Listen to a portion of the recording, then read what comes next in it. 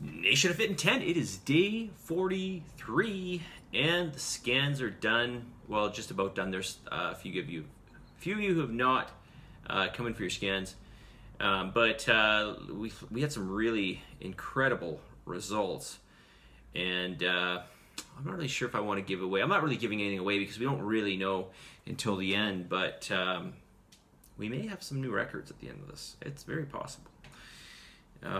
Some outstanding results. So from a lot of you improved. A couple of you may have not done quite as well, but I want to remind you that you do have 4 more weeks to go. It's almost half the challenge.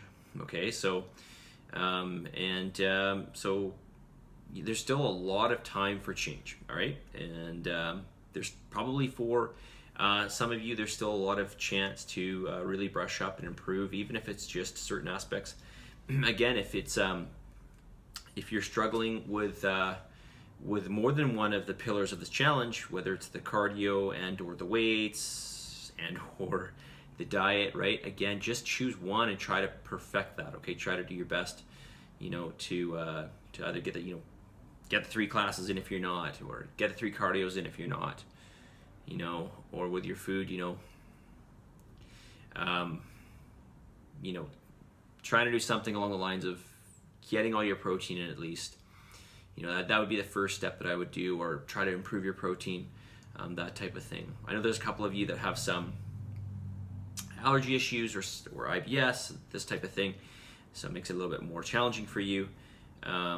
But certainly I'm going to encourage all of you to look for aspects of the challenge that you can improve upon, okay? Because I'm sure even those of you who are doing super well in this can still find areas to make better. And that's not to say that you shouldn't be really happy with where you're at or what you've achieved. I'm not saying that at all. Just saying, if there is still room for improvement, why not, right? Why not? Okay.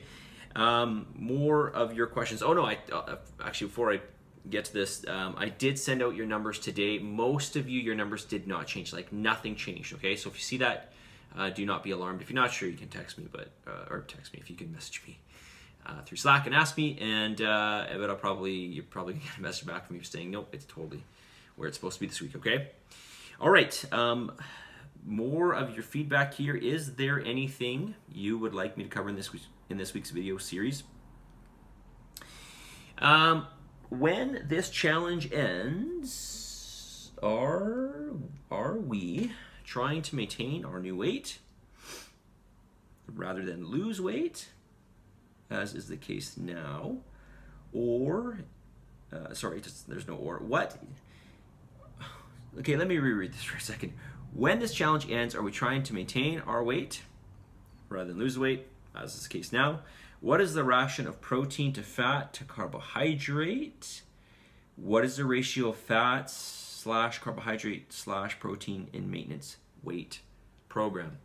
Okay, so you know what? First of all, I want to say this. You're dealing with a moving target. You're dealing with a moving target. So, I know that you want me to give you an answer, and this is what you're going to do, and this is where you're going to be. But it really never works like that. So, but I am going to give you some hard numbers here. So, there's a lot to unpack here, question-wise. So, let's go with the first question. When this challenge ends, are we trying to maintain our new weight? I don't know. It depends. It's not for me. It's for you, right? So if you want to try to maintain that new weight, if you're happy, if you feel good, you're happy, then sure, why not? Let's do that. If you want to continue to lose weight, then sure, let's do that. Again, this is entirely up to you. Okay. Generally, when I give you an exit strategy, we're trying to go for maintenance after that. And generally, I do that because obviously you don't want to gain back, right? That kind of defeats the whole purpose of doing it. But also you kind of need a bit of a break, right? So I don't keep pushing you in one direction. So so I usually do a maintenance. So you'll get an exit strategy from me, but I will tell you this, and I give you actually very specific instructions on what to do. And it is quite lengthy, not the instructions themselves, but the program afterwards to do. But I will tell you this, try to get in the when the challenge ends, try to get in a certain amount of steps, which I'll give you in your exit strategy per day. Try to do cardio 3 to 4 times per week. It doesn't have to be intervals, just has to be, you know, something where we elevate that heart rate. It could be a walk, could be a fast-paced walk, or it could be, you know, some more intense type cardio. Again, I will give you more particulars about this. 3 to 4 days per week, and try to weight train 3 days per week. Okay, now when it comes to your food, I would like you to stay within somewhere between week 1 and week 10 of your food. And you might say, well, that's like a big, you know, that's quite drastic between the two. But actually, it's not really, because you're only going to get about depending on the person in this, but on average, maybe about a 12% change in calories. So there's not that much of a difference, okay? Especially if we're just talking about maintaining, okay? So if you went somewhere in the middle and you just kind of hung out there, I don't think that would really be too much of an issue. But again, it depends on how, like, what you want out of this challenge, what you're trying to do, how important it is to you. Are you okay with maybe going up a little bit? Are you okay with maybe some fluctuation? You know, all of these questions really need to be addressed, okay? But again, with your body, you're dealing with a moving target. So it means that your body is changing. Your body is, you know, your lean mass is probably going up if you're weight training. You might be continuously getting leaner. I don't know what other aspects of your life are maybe changing. Maybe, for example, you change a job and you're on your feet a lot more. You're burning extra energy. We have to consider all of these things, okay? So, you know, sometimes we have to change the food somewhat. But my general rule is always, you know, unless you all of a sudden are training for a marathon or something and your energy needs have gone way through the roof, generally speaking, always, I suggest you make very small additions or subtractions to your overall calories. Always, that's what I recommend, unless your training volume has gone through the roof, okay? Always make small changes. Because if you make a small change over time, you're not going to see any drastic change. You're not going to see like your body fat go through the roof, or you're not going to see like a substantial, you know, increase in your hunger or energy levels because you made a small change, right? Small changes are very manageable. Small changes are very, well, I wouldn't say they're easy to see, but you know that like you're not going to get any drastic difference either way, negatively or positively, right? So it's the best way to go, right? It's the most methodical, strategical way to go.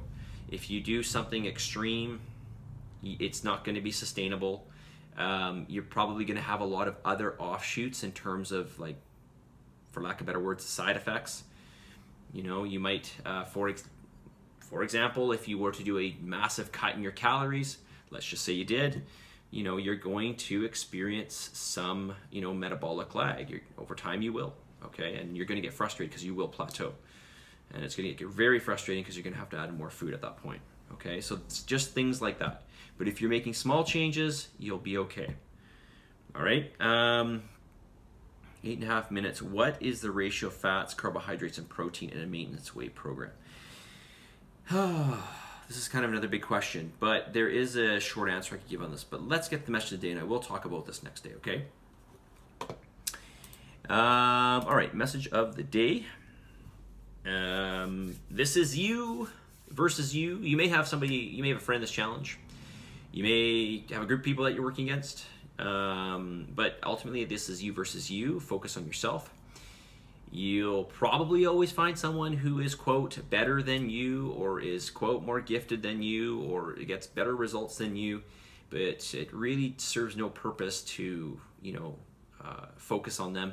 Focus on you, focus on what you're doing, and focus how you can improve upon that if you need to, you know, or maybe you need to ask yourself at the end of this challenge, maybe you need a break, and if you are going to take a break, how are you going to go about that, right, without causing too much damage, right?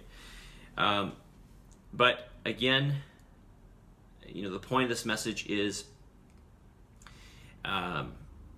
you know, this challenge is all about challenging yourself and trying to improve yourself, and it really makes no difference whether your friend or whoever in the challenge, or any other aspect of your life, whether that person or group of people are doing well or not well, it doesn't really affect you, right? It doesn't help you in any way, right? So ultimately, just think about what you're doing, think about how you can better yourself, and go from there, right? This is you versus you. Focus on yourself.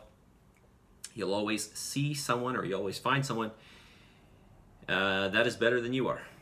It's just the way it is, okay? Unless, of course, you happen to be that one person who is better than everybody, which even then doesn't last, okay? All right, positive energy, positive vibes, believe in yourself, for the love of God, give some gratitude. I'll talk to you all very soon. See you guys.